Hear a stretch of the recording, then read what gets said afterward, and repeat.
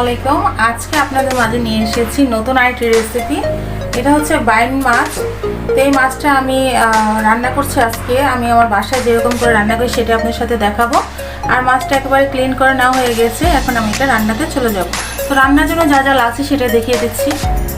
রান্নার জন্য এখানে আমি নিয়ে নিয়েছি ধনেপাতা কুচি, নিয়ে নিয়েছি টমেটো কুচি, আর এখানে নিয়ে নিয়েছি পেঁয়াজ কুচি, আর নিয়ে নিয়েছি ঝালের জন্য কাঁচামরিচ, আর সাথে থাকবে হলুদ, মরিচ আর লবণ। এই দিয়ে আমি অল্প উপকরণ দিয়ে আজকে মজার ডিশটা রান্না করব। তো চলুন দেখো। ফার্স্টে আমি একটি প্যান বসিয়ে দিলাম। এটা আমি তেল দিয়ে দিব। তো রান্নার জন্য আমি ফার্স্টে এখন দিয়ে দিচ্ছি তেল। পরিমাণ মতো তেল দিয়ে দিলাম। তেলটা গরম হোক। তো ভিউয়ার্স, এখন আমি পেঁয়াজ কুচিটা দিয়ে দিচ্ছি। পেঁয়াজ কুচিটা দিয়ে এখন আমি এটা একটু ভালোভাবে ভাজা করবো। আর সাথে একটু লবণ দিয়ে দিব যাতে পেঁয়াজটা বেরেস্তাটা খুব তাড়াতাড়ি হয়ে যায়।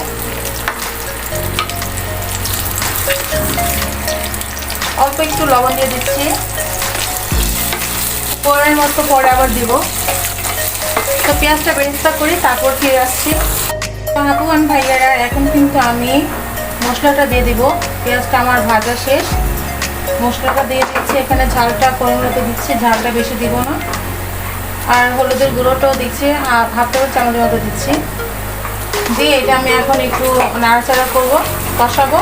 তারপর দিয়ে দিব এখানে কাঁচামরিচ যেটা নিয়েছি ঝালের জন্য, সেটাও দিয়ে দিব। দেওয়ার পর এখন দিয়ে দিব আমি অল্প একটু পানি, যাতে মশলাটা ভালোভাবে কষায় সেটার জন্য দিচ্ছি।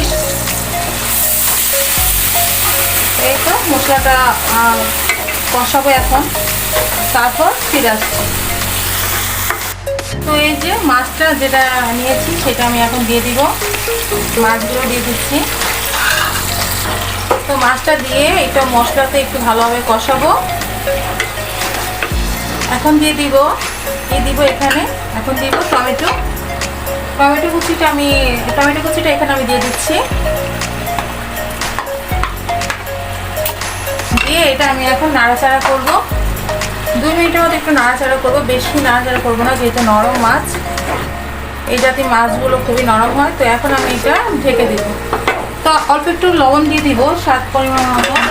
যেহেতু আমি ফার্স্টে একটু লবণ দিয়েছিলাম পেঁয়াজে, একটু লবণ দিয়ে দিব। এই এতটুকু পরিমাণের মতো দিচ্ছি। দিয়ে এটা আমি একটু নাড়াচাড়া করব।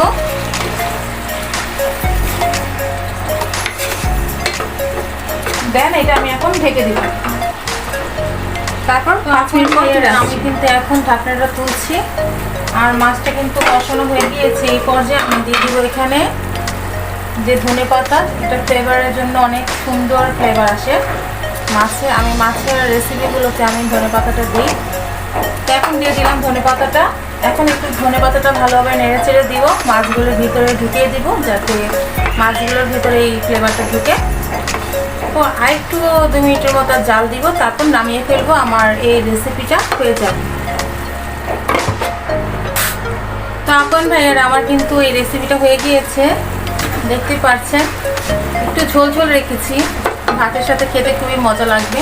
তো এইটা আমি এখন একটু সার্ভ করে নিয়েছি, তারপর আবার ফিরে আসছি। তো আপন ভাইয়ারা, আমার কিন্তু আজকের রেসিপিটা, মাছের রেসিপিটা কিন্তু হয়ে গিয়েছে। কেমন লেগেছে রেসিপিটা? যদি ভালো লাগে অবশ্যই ভিডিওটাকে একটা লাইক দিতে বলবেন না, কমেন্টে জানাবেন রেসিপিটা কেমন লেগেছে। আর আপনারা কে রেসিপিটা পছন্দ করেন সেটাও কমেন্টে জানাতে ভুলবেন না। আর যেহেতু আমি এটা টমেটো ধনেপাতা দিয়ে আমি রান্না করেছি, গার্নিশের জন্য এর চাইতে ভালো কিছু আমি খুঁজে পাইনি। তো এখানে একটু ধনেপাতা আমি ছিটিয়ে দিয়েছি গার্নিশের জন্য। তো এটা দিয়ে আজকে দুপুরে খাবারটা খাবো খুব মজা করে। আর আমার সাথে থাকার জন্য ভিডিওটাকে একটা লাইক দিতে ভুলবেন না, কমেন্টে জানাবেন কেমন হয়েছে, আর সাবস্ক্রাইব করে পাশে থাকবেন। তো আজকের মতো বিদায় নিচ্ছি। নতুন কোনো রেসিপি নিয়ে আবার আসবো। সেই পর্যন্ত আপনারা সবাই ভালো থাকুন, সুস্থ থাকুন, নিরাপদে থাকুন। আল্লাহ হাফেজ।